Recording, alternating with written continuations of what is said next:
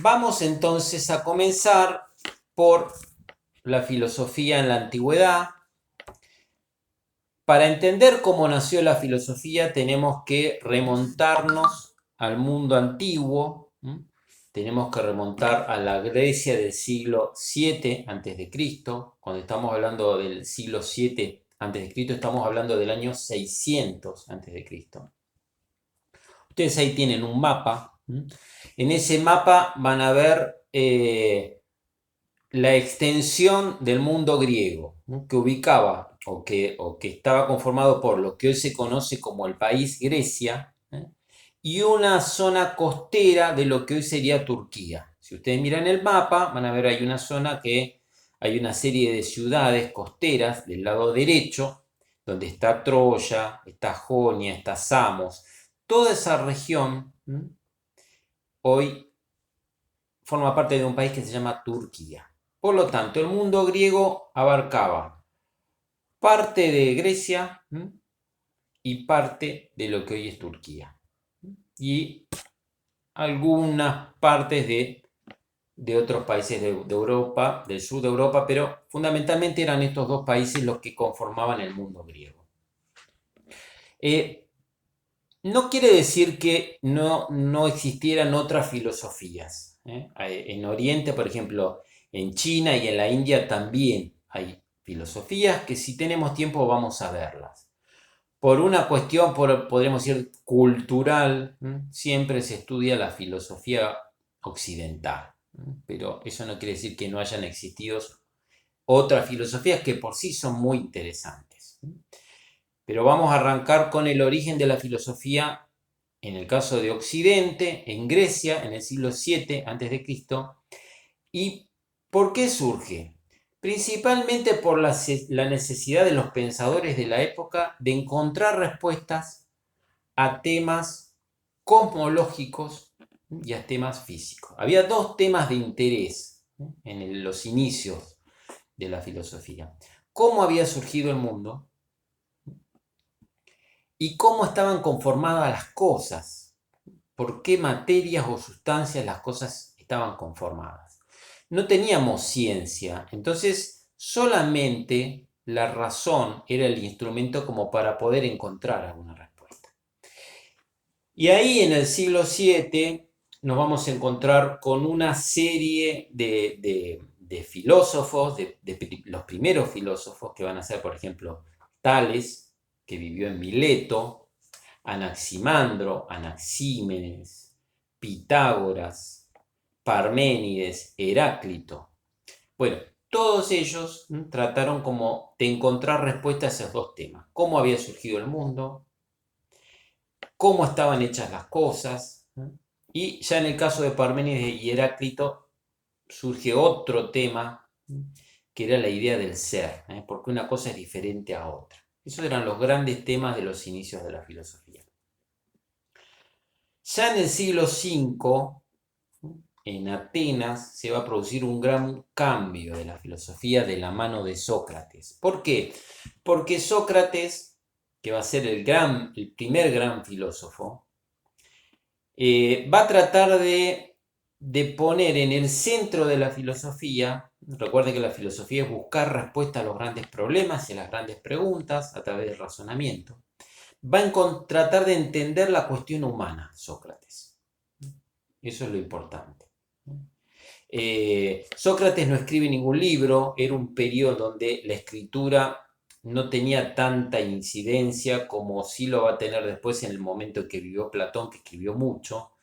Todo lo que sabemos de Sócrates lo sabemos en gran parte por la obra de Platón, en donde continuamente aparece Sócrates dando sus enseñanzas. Ustedes van a ver ahí que algunas de las ideas de Sócrates que vamos a ver aparecen, entre otros libros, en Apología de Sócrates. Pero también en todos los libros de Platón, Sócrates siempre está hablando. Entonces, lo que sabemos de Sócrates lo sabemos por Platón. Platón puso en primer lugar la cuestión humana Y acá hay algo interesante porque a veces cuando uno escucha hablar de filosofía y se parece como muy abstracto, gente que está pensando ahí en la nebulosa y que no tiene nada que ver con la vida concreta. Y en realidad cuando nace la filosofía, nace como muy anclada en cuestiones puntuales y concretas. Vamos al caso de Sócrates. Sócrates decía que la filosofía tenía que ser un camino para que la persona se conociera a sí misma. Es más, uno de sus principios era conócete a ti mismo. Esa era la idea central de la filosofía socrática. Que, que todo este ejercicio de la reflexión y del estudio sirviera para que cada persona se conociera. Y a partir de ese conocimiento, dice Sócrates, el individuo puede no solamente comprender su lugar en el mundo, comprender su sentido de la vida, sino también puede aprender a dominarse. Él usaba un término bastante interesante que era el autodominio. Yo puedo tomar esta idea de Sócrates y aplicarla a la vida cotidiana. Muchas veces en la semana perdemos el control, aunque no nos demos cuenta. Si estamos muy preocupados, nos absorbe la preocupación. Si estamos muy enojados, el enojo nos nubla la vista y no entendemos lo que pasa. No podemos dormir, nos peleamos con la gente. ¿Sí? Si estamos ansiosos, metemos la pata. Bueno, ahí tenemos ejemplos de falta de control. Ahora, ¿por qué hay falta de control? Porque uno no se conoce. ¿Sí?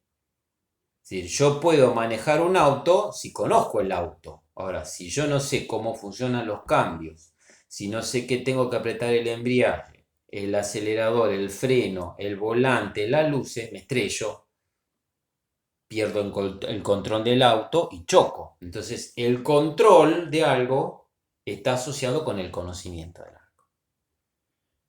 Y tomando como ejemplo el auto, fíjense en hoy en día, ¿no? Estamos rodeados de aparatos, ¿sí?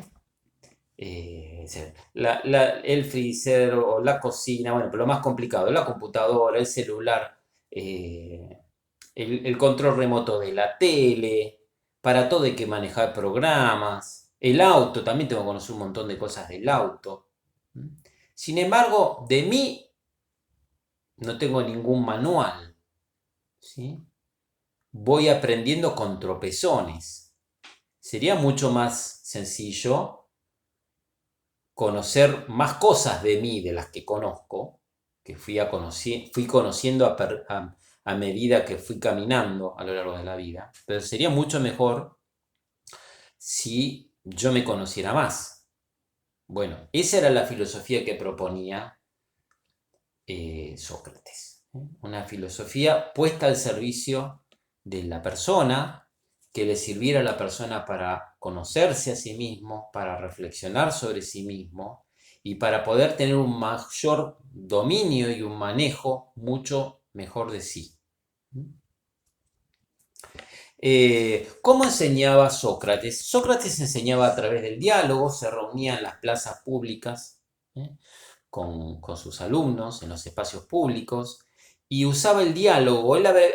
Su madre era partera y él había tomado una idea fundamental de su madre, que era el dar a luz.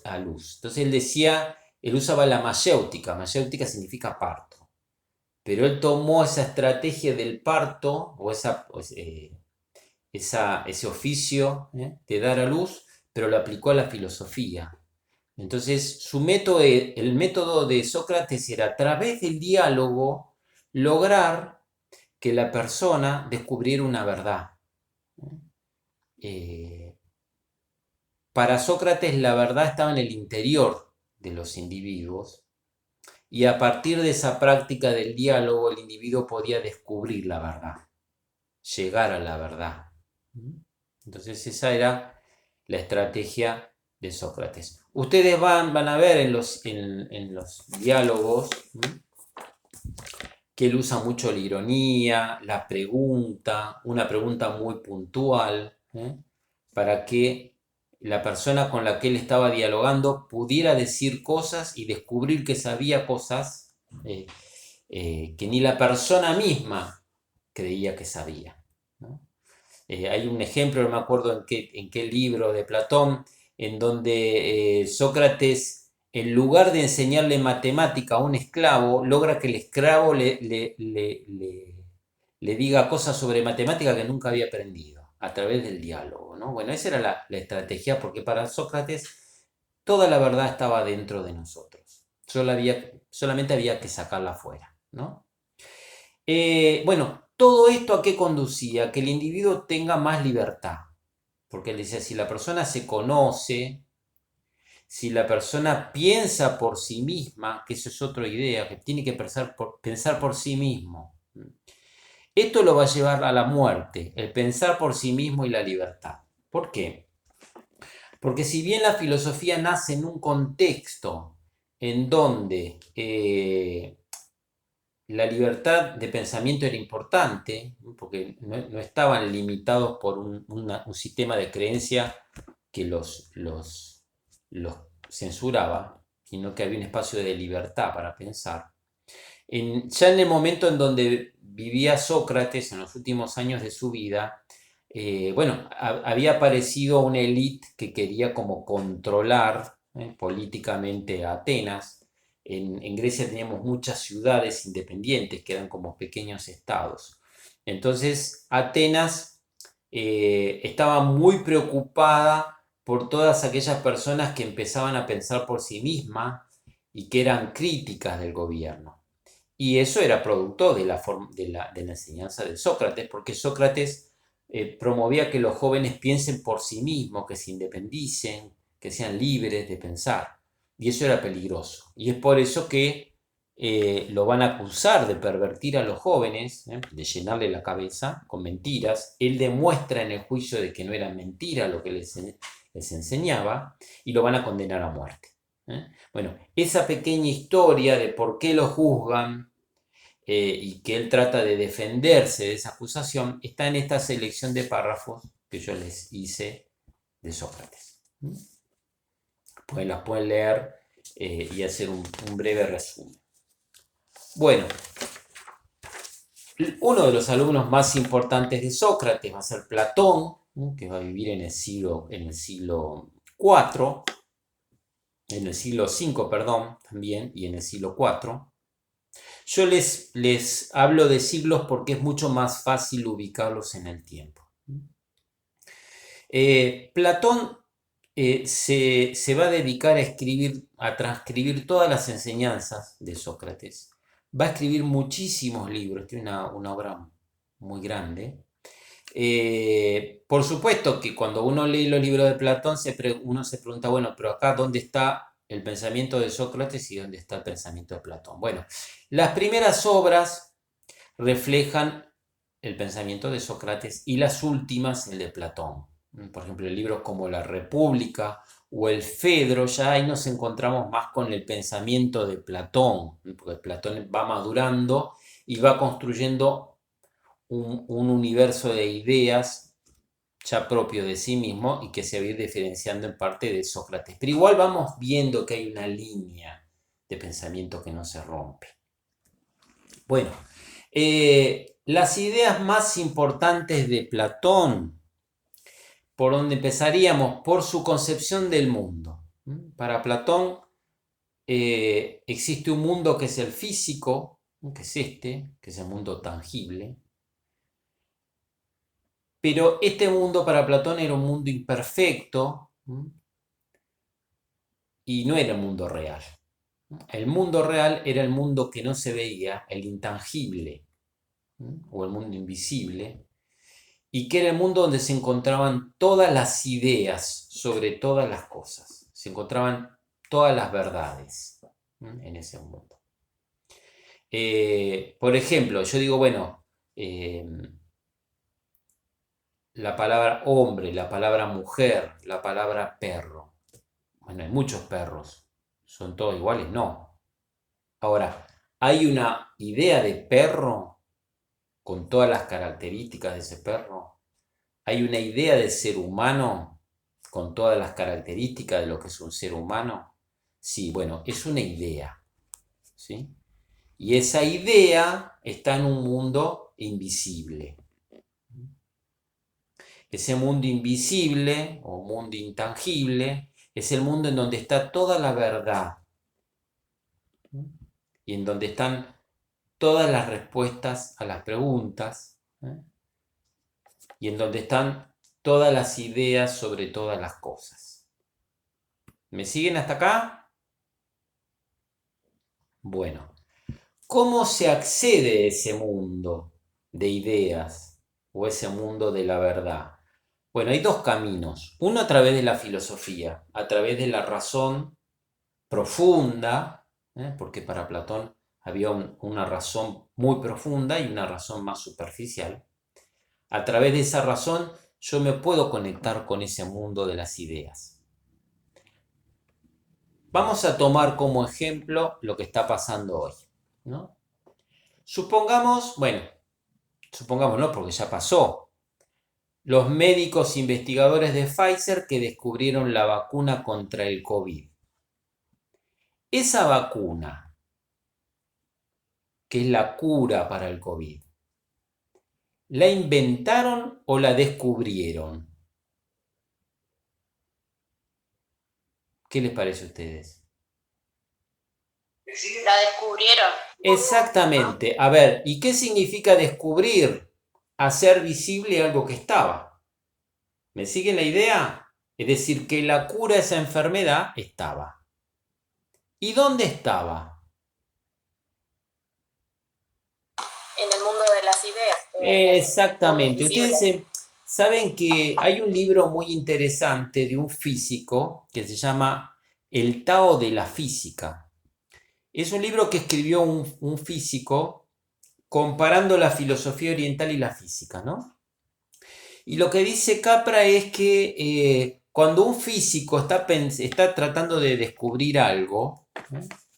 Por ejemplo, eh, vamos al caso de Einstein, vamos a un caso más sencillo, el caso de Newton, que Newton descubre la ley de la gravedad, ¿sí? Eh, Newton estaba bajo un arbolito, ve que se cae una manzana y ahí se le prenden las luces y empieza a pensar de que existía una fuerza que atraía todo a la Tierra. Ahora, él tiene esa idea que le aparece de algún lado, porque la ley de la gravedad siempre existió. Él solamente la hizo visible, la encontró, pero estaba en dónde? En ese mundo de las ideas. Entonces, para Platón, a ese mundo se puede llegar a través de el pensamiento profundo, porque está comprobado que el físico investiga, pero llega siempre accidentalmente a la respuesta. Es decir, como que de pronto se le abre una ventanita y se conecta con esa verdad. Hay otro camino para llegar a ese mundo y que es la muerte. Los griegos creían en la migración de las almas. Era una idea muy común en el mundo antiguo porque esa idea de la reencarnación, los griegos no le llamaban reencarnación, le llamaban migración de las almas. Pero era una idea que estaba presente en la India, en la filosofía de la India, que es la teoría de la reencarnación. Esta idea de que cuando uno muere, el alma se vuelve a encarnar en un cuerpo. Es una idea que está muy vigente en la filosofía de la India y en el budismo. Bueno, los griegos también creían en esa idea de que el alma se volvía a encarnar en un cuerpo nuevo. Pero lo que decían los griegos, y en este caso lo que explica Platón en su filosofía, es que el alma va a vivir, como hay dos mundos, va a vivir un tiempo en un mundo y un tiempo en otro mundo. Es como si yo tuviera una casa en Gualeguay y otra en Mar del Plata. Entonces cada tanto me voy y vivo en Mar del Plata y después vuelvo y me quedo en Gualeguay. Sería re lindo, pero bueno, hoy no puedo. Para Platón, entonces, cuando uno muere, el alma se va a vivir a ese mundo perfecto, ese mundo de las ideas, y ve un montón de cosas ahí. Ahora, lo que ustedes van a ver ahí, se los explico como para que no se empantanen. Hay toda esta idea de que el alma en algún momento va a vivir a ese otro mundo, aparece en un libro que se llama Fedro. ¿No? ¿De qué habla el libro Fedro? Es un libro muy chiquito, muy interesante, en donde el libro se basa en el diálogo entre Sócrates y un alumno que era Fedro, ¿no? Entonces, el libro cuenta que iban los dos caminando por las costas del lago del Licio, creo que era Licio, y bueno, se sientan a descansar y a comer algo y a charlar, y ahí es donde Sócrates le empieza a explicar cómo está conformada el alma. ¿Mm? Y todos los lugares en donde el alma vive después de haber vivido en el cuerpo. Entonces yo le voy a hacer un breve resumen de lo que le dijo Sócrates a Fedro. Primero, Sócrates le dice a Fedro, mira, yo te voy a contar una cosa, el alma está dividida en tres partes. Es como que tiene tres dimensiones. Hay una parte del alma que piensa, una parte del alma que tiene emociones y una parte del alma que tiene sensaciones y que pone en movimiento el cuerpo. Estas tres funciones del alma es lo que hoy llamamos nosotros pensamientos, emociones y sensaciones. ¿Sí? No se olviden que para los griegos, que vivían en una época en donde la psicología y la psiquiatría no existía, el alma representaba todo lo que no se veía. Y para los griegos, en especial para Platón, el alma estaba encarcelada en el cuerpo. Pero el alma tenía como tres dimensiones. Una dimensión que le permitía... Sí, sí. Bueno, sigo. Puede ser que cuando hablaba de esas tres diferentes almas, podría ser que la filosofía sea que está en la cabeza, en el pecho estaba creo que los guerreros, y no me acuerdo el otro, pero algo así era, ¿no? Claro, porque después ese modelo lo traslada a la ciudad y explica lo mismo en la ciudad, que la ciudad se dividía en tres partes también porque la ciudad también tenía como un alma. Entonces cada persona ocupaba un lugar de esa alma. Entonces, volviendo al tema del alma, esas tres partes cumplían una función, expresar sentimientos, tener sensaciones y pensar. Y para explicárselo mejor a Sócrates, porque Fedro no entendía bien, ¿no? Sócrates usa una metáfora, ¿sí? Y la metáfora era que el alma era como un carro, que ustedes ahí tienen un dibujito que yo se los puse, conducido por un conductor que se llamaba Auriga y los caballos. Entonces Sócrates le dice, mira, el alma es como un carruaje, los caballos representan las emociones, ¿sí? Y hay dos caballos, o la emoción está dividida en dos partes. Hay una emoción que es sabia y hay una emoción que es pasional y es la que te hace desbarrancar, ¿sí? El conductor representa el pensamiento, que es el que conduce, ¿sí? Y el carro representa el cuerpo. Bueno, esas son las tres partes del alma. Cuando uno muere, dice Sócrates, el alma va a ese mundo de las ideas, pero ese mundo de las ideas tiene como distintos pisos, ¿no? Y ahí usa otra metáfora que es la de las alas, ¿no? Entonces Sócrates lo que quiere decir con las alas es que no son todas las personas iguales. Hay personas que ven más cosas que otras. Y así como en la vida uno se encuentra con personas que son más sabias, que ven más allá y otras que ven menos, cuando esa persona muere, su alma en el otro mundo también Está el alma que ve más y el alma que ve menos. El alma que ve más, dice Sócrates, tiene alas y puede subir y ver más cosas porque vuela más alto, ¿no? Pero es una metáfora de que hay almas que son más evolucionadas, más sabias, y hay almas que no. ¿Por qué la diferencia? Bueno, Sócrates dice, bueno, porque han vivido más tiempo en esos dos mundos. Esta es una idea muy parecida a la de Oriente. El más sabio es el que ha vivido muchas veces. Por eso ustedes van a ver ahí que dice que de acuerdo a la sabiduría del alma, el cuerpo después se va a encarnar en una persona distinta. Ahí habla de un político, de un guerrero, de un campesino, pero también es una metáfora. No quiere decir que porque una persona vivió mucho sea juez. No tiene nada que ver eso. ¿Sí? Está hablando de una forma metafórica. ¿Sí? Entonces, esta idea de que el alma que vive mucho ve más y es más sabia que otra. Ahora, el problema es que yo, dice Sócrates, no me acuerdo todo lo que viví en otras vidas, en este mundo y en otro mundo.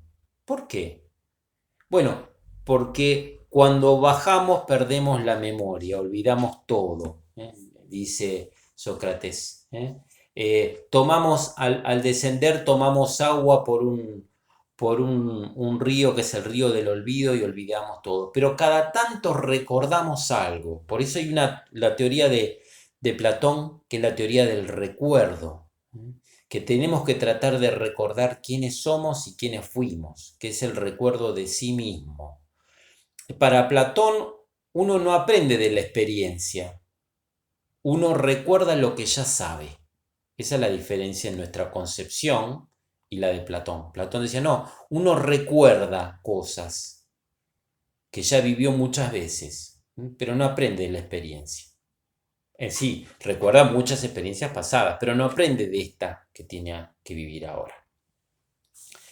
Bueno, y el último tema de Platón, y ya terminamos, chicas, no las quiero cansar, estoy tratando de no parar, así les grabo un buen videíto que puedan tener después, es el de la realidad. Esta idea de los dos mundos aparece en otro libro, La República, en el capítulo 7, en un capítulo en donde Sócrates habla del mito de la caverna o la alegoría de la caverna, que se refiere, es decir, Sócrates dice, bueno, a ver, nosotros vivimos en dos mundos, ¿no? En un mundo real, que es ese mundo que no se ve, y un mundo ficticio. Y esto es como una persona que con otras vive en la caverna durante toda su vida, adentro de una caverna, y ve sombras, ve cosas, y se piensa que la vida es eso.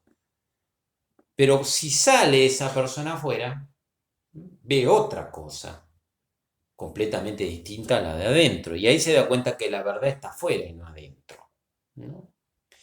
La historia de alguna manera empieza así. Sócrates dice, imagínense 4 personas que están encadenadas adentro de una caverna, han vivido siempre ahí y creen que la vida y el mundo es lo que ven, las sombras que ven adentro de la caverna.